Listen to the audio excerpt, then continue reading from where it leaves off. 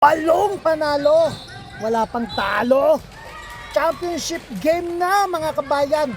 May makakapigil pa ba sa batang Pinoy Power dito sa California? Panoorin ang buong video. Masusungkit ba namin ang championship? Tisang kalaban, rebound agad ni Toyo. Ang bilis ng take, hit sa kanon, one hand layup. Ay mintis, rebound ng center na si Puti.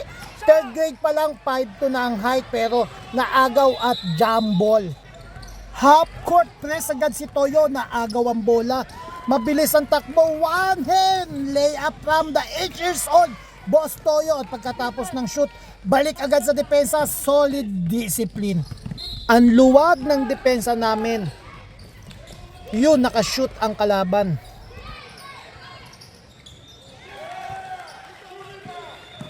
Momentum ang kalaban, nakadalawang shoot kagad sila, kaya napa-timeout agad ako.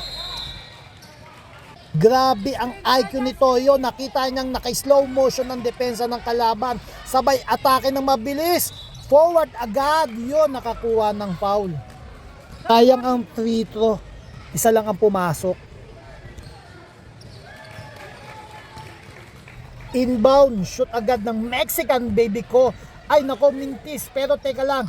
Rebound ng fast break Hooper ko, hindi nagpauli. Bang! Puntos ulit. Parang second life sa video game ha. Sumisigaw na ako ng traveling sa referee pero hindi nila nakakita. Yun, naipasa. Nakapasok pa ang kalaban. Baseline inbound play. May konting sabit sa execution pero noipi pa rin ang diskarte. Si Bagwis nakahanap ng space sa corner. Na foul sa contact. Pupunta siya sa free throw line. Second attempt, pasok ang isa.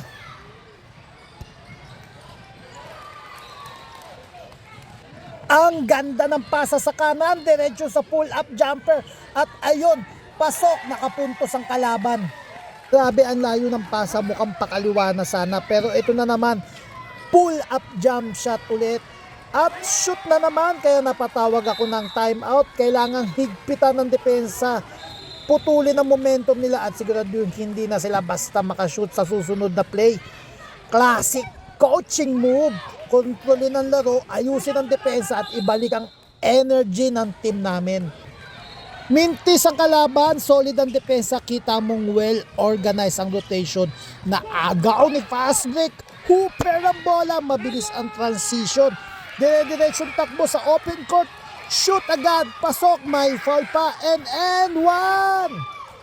Sumabog ang sigawan ng crowd dahil sa highlights ng ganda ng ginawa ni fast break Hooper. Sayang lang hindi pumasok ang free throw, pero okay lang, balik pa rin tayo sa kalabangan sa puntos.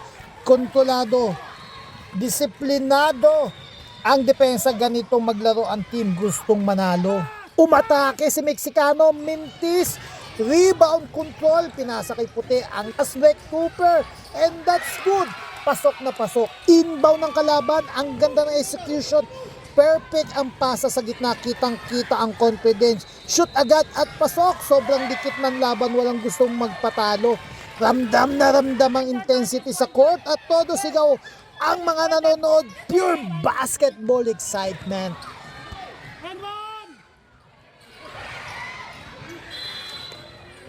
Play namin, tatlo naka-stack sa gilid. Habang nakaabang sa tres si Puti, kick out, pass, sabay tira, Swiss, pasok, 2 points. Grabe ang execution, hanip sa galing, umiingay na naman ang crowd, sigawan at ramdam mo yung energy sa buong court.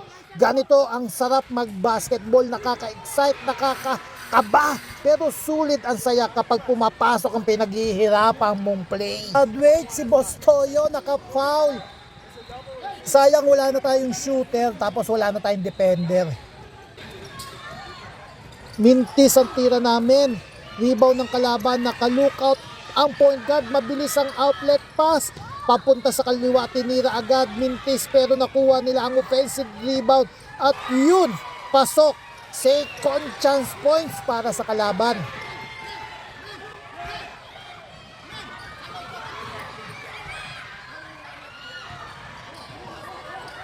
Mabuti na lang, amin ang bola. 30 seconds na lang ang natitira sa amin kaya nag-time out kami para mag-set up ng play.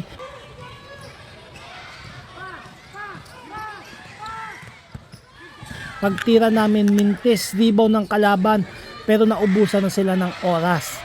Yun, napatalon ako sa saya, champion ulit.